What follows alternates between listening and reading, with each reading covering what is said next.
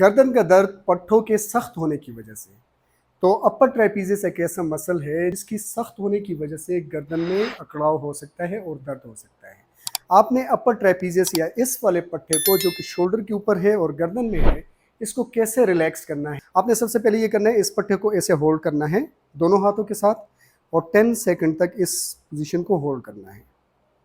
10 second तक hold करने के बाद आप शोल्डर के ऊपर हाथ रखें और मरीज को कहें आप कंधे को ऊपर उठाएं।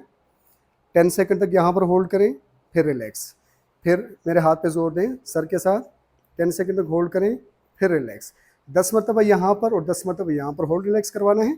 उसके बाद गर्दन को ऐसे रोटेट कर लें और शोल्डर के ऊपर एक हाथ रखें और एक सर के ऊपर उसको स्ट्रेच कर दें।